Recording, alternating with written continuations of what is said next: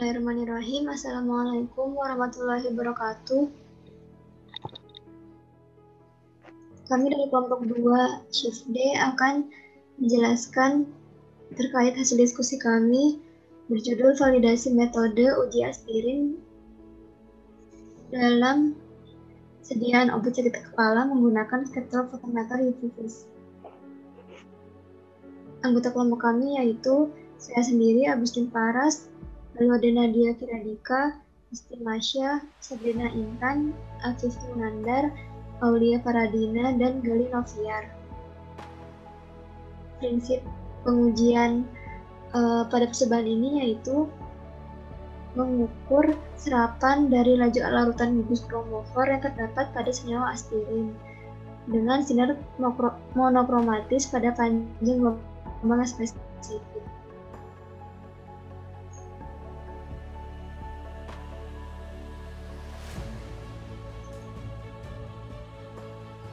Tujuannya yaitu mengetahui prinsip analisis zat aktif aspirin dalam sediaan obat sakit kepala dengan spektrofotometri UV visible. Kemudian menentukan hasil validasi metode uji aspirin dalam sediaan obat sakit kepala menggunakan spektrofotometer UV visible.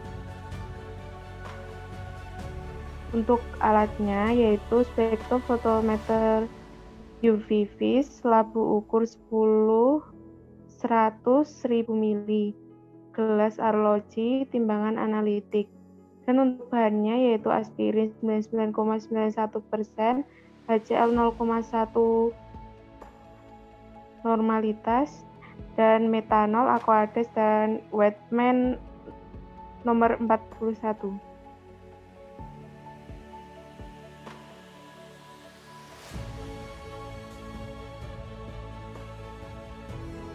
Untuk prosedurnya sendiri yaitu pembuatan larutan induk aspirin 100 ppm. Aspirin 2,5 mg dimasukkan di dalam labu takar 500 ml. Aspirin dilarutkan dengan 0,1 N HCl dan metanol banding 1:1 sampai tanda tera gocok sampai homogen dan diperoleh larutan induk aspirin.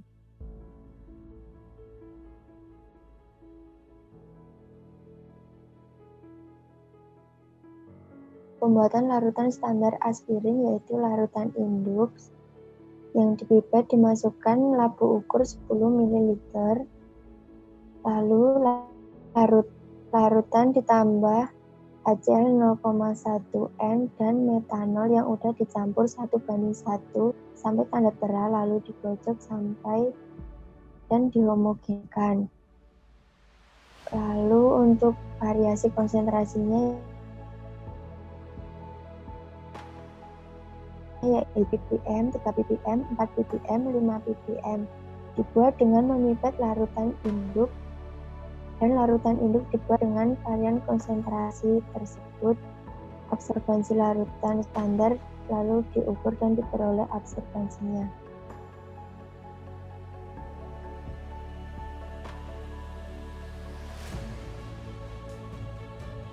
Preparasi sampel. Untuk sampel yang digunakan yaitu sampel obat sakit kepala 50 mg larutkan dengan HCl 0,1 N dan metanol 1:1. Campuran distirrer sampai sampel larut dan larutan disonifikasi selama 15-30 menit. Lalu larutan dimasukkan ke dalam labu 100 ml dan tera sampai tanda batas.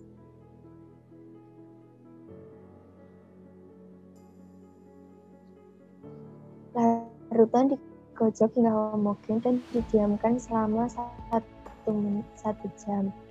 Setelah itu, larutan disaring menggunakan Wettman nomor 41. Larutan dipipet secara teliti 5 ml dan dimasukkan dalam labu ukur 10 ml. Lalu, larutan ditera hingga tanda batas dengan HCl 0,1 N dan metanol 1:1 digocok dan dihomogenkan, lalu diperoleh larutan sampel. dan dianalisis menggunakan spektrofotometri UV dan diperoleh absorbansinya.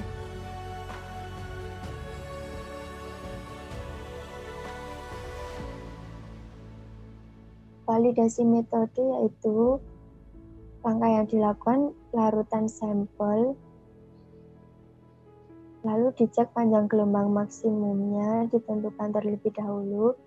Setelah ditentukan, larutan standar aspirin dengan konsentrasi 0 ppm, 1 ppm, 2 ppm, 3 ppm, 4 ppm, dan 5 ppm ditentukan linearitasnya, diukur absorbansi pada panjang gelombang maksimum. Setelah itu, nilai LOD dan LOG ditentukan menggunakan metode kurva kalibrasi. Presisi ditentukan dengan pengulangan sebanyak 7 kali, dan akurasi pengukurannya dilakukan pengulangan 3 kali. Setelah itu, estimasi ketidakpastian ditentukan, dan metode tervalidasi.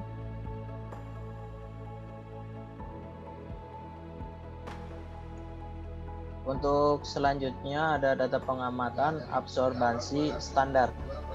Yang pertama untuk konsentrasi 0 didapatkan rata-rata 0, lalu konsentrasi 1 didapatkan rata-rata absorbansinya 0,1803, untuk konsentrasi 2 didapatkan rata-rata 0,3247, untuk konsentrasi 3 didapatkan rata-rata 0,4597, untuk konsentrasi 4 didapatkan absorbansi rata-rata 0,6293, untuk konsentrasi 5 didapatkan rata-rata 0,7297.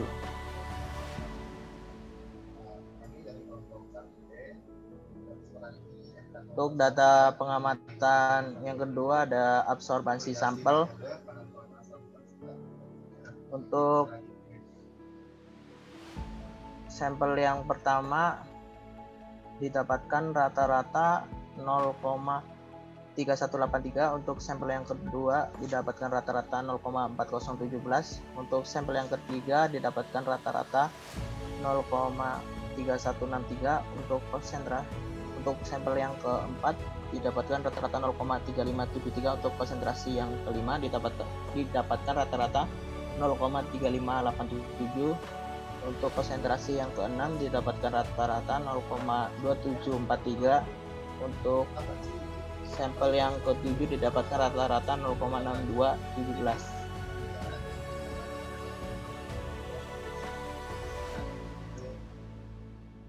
Kemudian untuk analisis data, untuk linearitas kurva kalibrasinya didapatkan persamaan linearitas Y sama dengan 0,059X min 0,3342 dengan R kuadrat sama dengan 0,7416. Untuk konsentrasi sampelnya menggunakan rumus Y sama dengan X sama dengan Y min B per A pada konsentrasi pada sampel 1 didapatkan konsentrasi sebesar 2,0296 mg per mililiter dan konsentrasi sebenarnya sebesar 202,9559.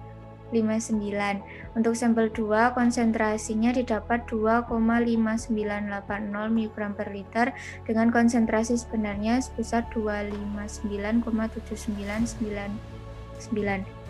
Untuk sampel 3 didapat konsentrasi sebenarnya sebesar 201,5916. Sampel 4 didapat konsentrasi sebenarnya sebesar 229,5589. Untuk sampel 5 didapat konsentrasi sebenarnya sebesar 230,4684. Untuk sampel 6 didapat konsentrasi sebenarnya sebesar 172,942 dan untuk sampel ke-7 didapat konsentrasi sebenarnya sebesar 409,8681 mg per mililiter.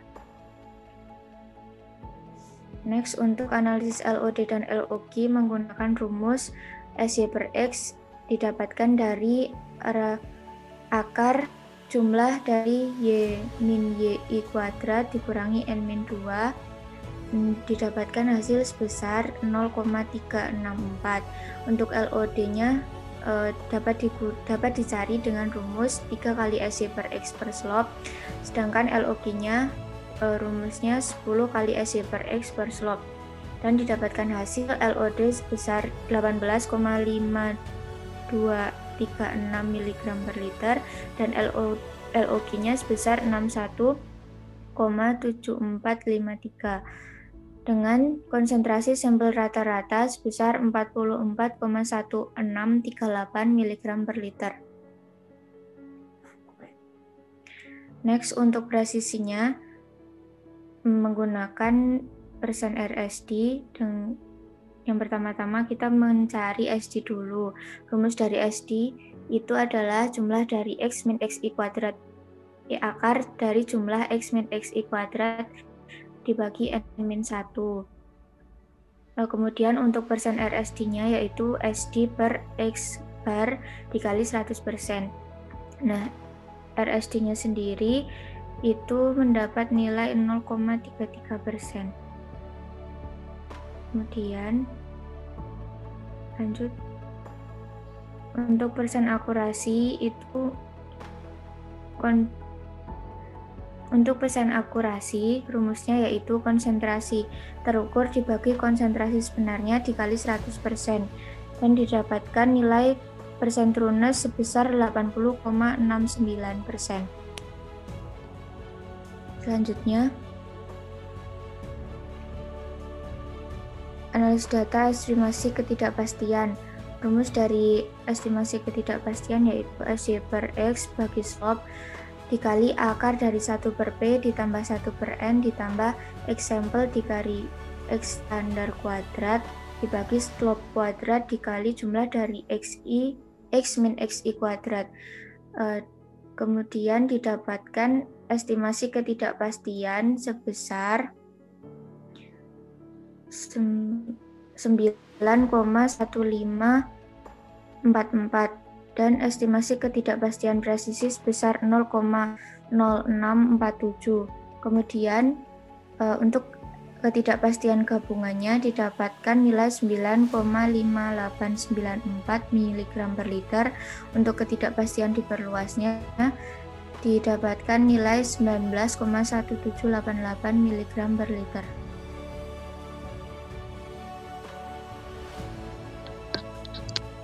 Kemudian ke pembahasan. Pada penentuan kadar aspirin yang dilakukan ini gunakan metode spektrofotometri UV visible karena analisisnya cepat, selektif, sensitif, tingkat kesulitan yang rendah, dan biaya yang cukup murah. Selain itu, yang menjadi alasan utama ialah aspirin ini memiliki gugus chromophore sehingga dapat dianalisis menggunakan spektrofotometer UV-Vis. Kemudian persamaan garis yang diperoleh yaitu Y sama dengan 0,09X min 0,3342. Dari persamaan tersebut diperoleh slope sebesar 0,09, 0,059 dan intercept sebesar minus 0,3342. Kemudian dihitung koefisien korelasi sebesar 0,8612 dari nilai koefisien determinasi. Hasil tersebut menunjukkan bahwa metode penentuan aspirin kali ini tidak linear atau sama saja hasilnya kurang baik karena jauh dari syarat keberterimaan koefisien korelasi atau R kecil sebesar R lebih dari atau sama dengan 0,995. Kemudian ketelitian metode analisis juga tidak baik karena kurang dari nilai R kuadrat yang seharusnya lebih dari 0,997.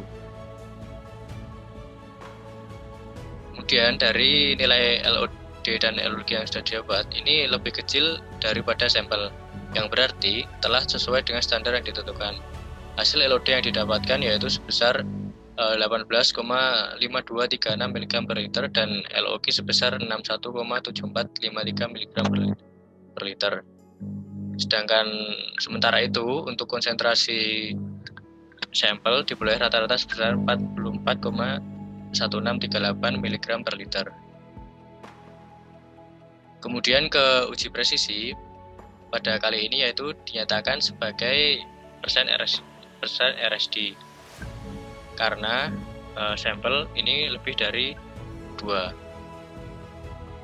Dilihat dari tabel pada analisis data tadi yang dihasilkan yaitu diperoleh yang dilakukan pada sampel obat sakit kepala ini diperoleh sebesar 0,33% yang menunjukkan bahwa keterulangan metode ini cukup baik yaitu kurang dari 2% sebagaimana syarat keberterimaannya. Kemudian untuk penentuan akurasi ini dinyatakan sebagai percent trueness, di mana syarat keberterimaan yang diperbolehkan yaitu kisaran 90 sampai 107% untuk setiap konsentrasi analit dalam matriks 0,001 dalam matriks antara 0,001% hingga 0,1%. Dan menurut Eurogem tahun 2014 ini disebutkan bahwa diizinkan untuk rasio analit pada unit 100 ppb yaitu 80 hingga 110%. Kemudian hasil akurasi yang diperoleh seperti yang terlihat sebelumnya pada data pengamatan yaitu persen trueness ini didapat sebesar 80,69%, yang berarti bahwa keakuratan pengujian tersebut kurang baik. Kemudian sumber-sumber ketidakpastian dalam pengujian aspirin ini yaitu diantaranya sampling atau teknik pengambilan sampel, dan spesifikasi instrumen, kemurnian reagen dan zat standar, kesalahan acak dalam hal ini repeatability dan reproducibility, dan personel, kemudian preparasi sampel uji, kurva kalibrasi, dan homogenitas sampel uji. Dan hal tersebut bisa dilihat dari diagram ikan yang sudah dibuat seperti pada gambar. Kemudian sumber ketidakpastian ini ditentukan yaitu dalam μx dan μp. Kemudian ditentukan nilainya masing-masing yang kemudian diperoleh ketidakpastian relatif untuk masing-masing sumber. Berdasarkan ketidakpastian relatif, kemudian ditentukan nilai ketidakpastian gabungan atau μg dengan cara menggabungkan antara komponen ketidakpastian baku dari masing-masing sumber. Penentuan ketidakpastian diperluas yang merupakan hasil perkalian antara ketidakpastian gabungan dengan faktor cakupan, di mana faktor cakupan dapat bernilai 2 untuk tingkat kepercayaan 95% dan 3 untuk kepercayaan 99%.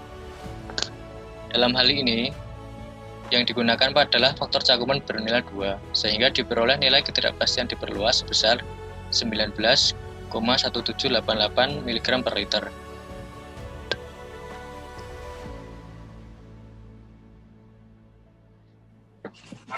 Kesimpulannya yaitu prinsip analisis zat aktif aspirin dalam sediaan obat sakit kepala dengan spektrofotometri UV visible yaitu mengukur serapan laju larutan gugus kromofor yang terdapat dalam senyawa aspirin, diukur serapannya dengan sinar monokromatis pada panjang gelombangnya yang spesifik.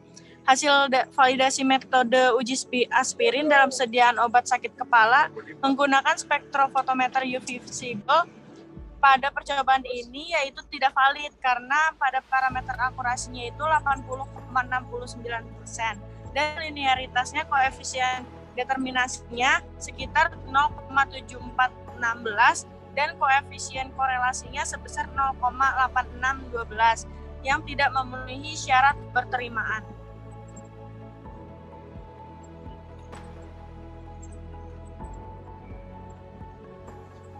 Daftar pustakanya itu mengacu pada yang sudah ditulis di sini.